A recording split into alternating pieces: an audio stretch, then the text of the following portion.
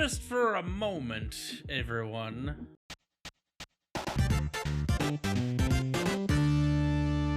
All right, so the last 7 days of gaming news. Let's get into it.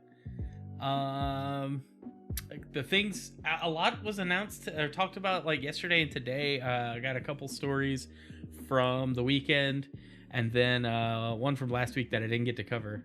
All right, so let's jump into our first story. PSVR2 was shown off today. I like the look of the hardware. Some quick specs. Supposedly, the displays on each eye will be OLED panels with a 110-degree field of view and include eye tracking, and looks like almost 4K res per eye. Not 100% on that. And then it will have what's called inside-out tracking, basically what the Quest 2 does. A single cable connection to the PS5, which is nice.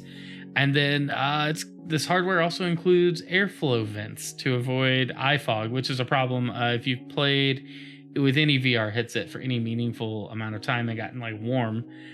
Maybe take the headset off and then put it back on. It's like the lenses fog up. So it's cool that they're doing things to make the VR experience better for everybody.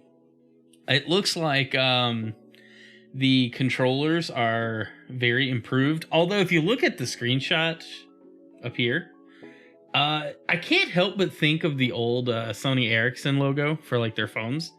But I like the look of the overall hardware. It matches what the PS5 kind of does with its weird artsy look.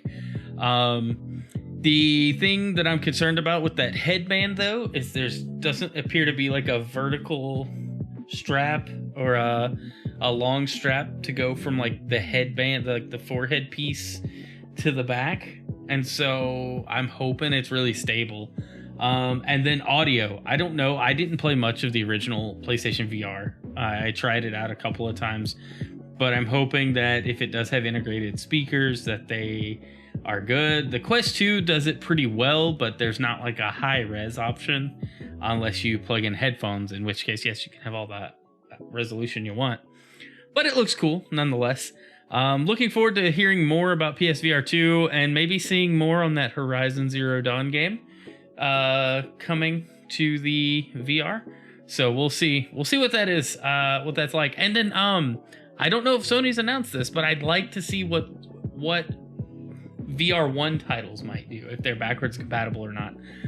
It'd be nice to know, because I mean, as it stands, nearly every PS4 game works on the PS5, so why wouldn't the VR games, unless the VR tracking is just that different? Maybe there's like a emulation thing that needs to go on with the inside out tracking. Let's see. I don't know. I'd like to see. I haven't seen any discussion on it, so I'd like to see more on that. And speaking of Horizon 2 Forbidden West came out last Friday.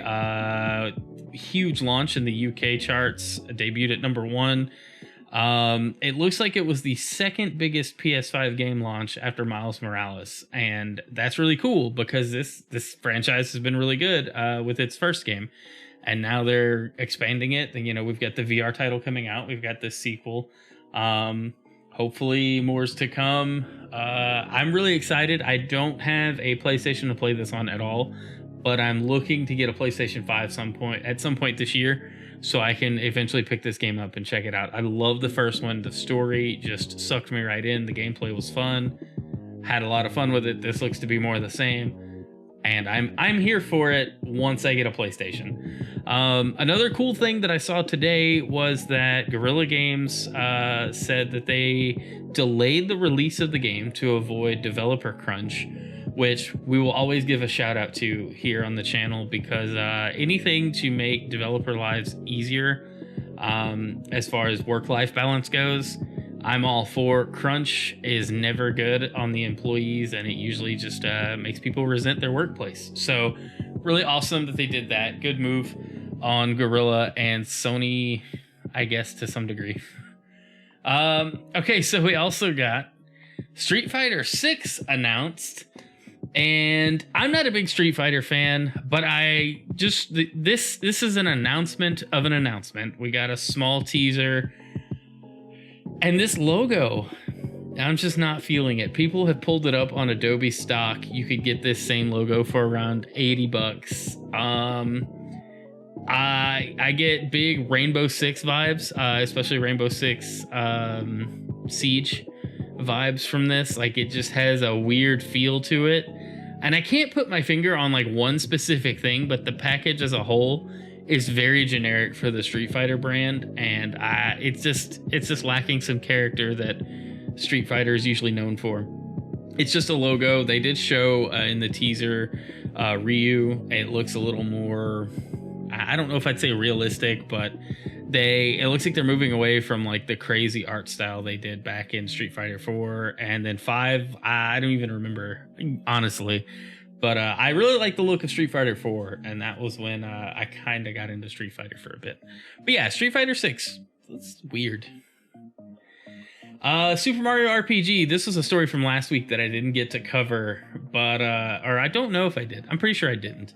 Anyway, the director wants to make a proper sequel as his last game. The director of the original Super Mario RPG on the Super Nintendo wants to make a proper sequel. He says he likes the Paper Mario games, but he would like to make an actual sequel to this as his last game that he would ever make, which is really cool because this game is awesome. It is one of my favorite Super Nintendo games, one of my favorite Mario games, and outside of Kingdom Hearts is one of the only other Square Enix games I've actually completed. So, well, I guess Squaresoft, because that's a Square Nintendo collaboration. But I'll just throw that out there because I have never finished a Final Fantasy game ever. All right, so moving on. We've got the Steam Deck, which is a cool handheld that plays PC games on the go. Did some teardowns with iFixit, and that was kind of neat. It's weird that, you know, Valve would be like, hey, take apart our thing. But then they also announced that iFixit would be selling replacement parts directly through Valve would be selling replacement parts through iFixit. They basically have partnered up, and now we have a repairable handheld, which is really unusual. I think it's really cool. I like when things progress in this space because the right to repair move is pretty important for making sure that we can, fix our own stuff. And it looks like you'll be able to buy, I don't know, it hasn't been like detailed yet what all you can get, but you'll be able to get probably thumbsticks, face buttons. They released 3D files for making your own shell. So that's kind of cool. You'll be able to customize that with like 3D printing and stuff. I can't wait to see like all the mods and stuff that come from this, because this is just going to be cool.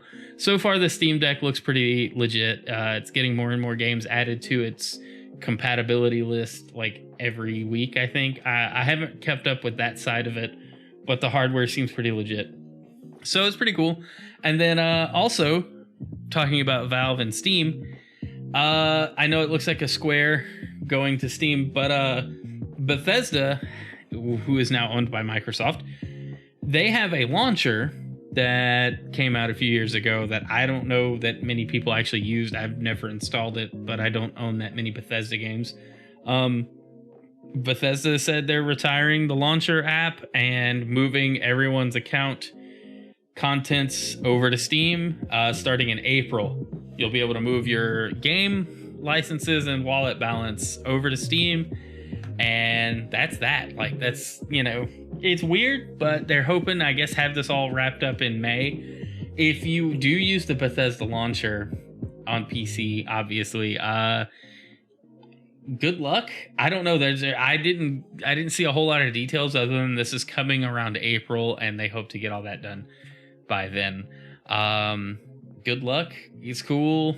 Maybe. I guess it's better because there's like 18 million launchers for games that, really there needs to be like one, and that would be great. One or two.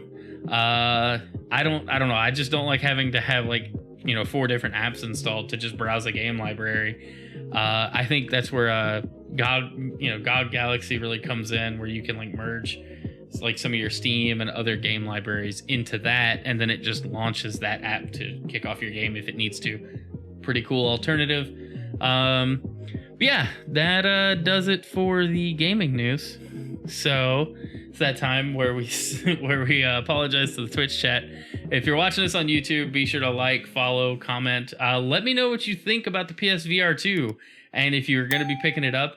And then what's up with Street Fighter? Why does it look so generic? It's weird. It's a very weird situation. And then if you're going to comment, let me know what you think of Super Mario RPG. Would you like a sequel? I know I would. All right, and then, yeah, thanks for checking out the video, and see you on the next one. I have no ammo. Oh, this is bad.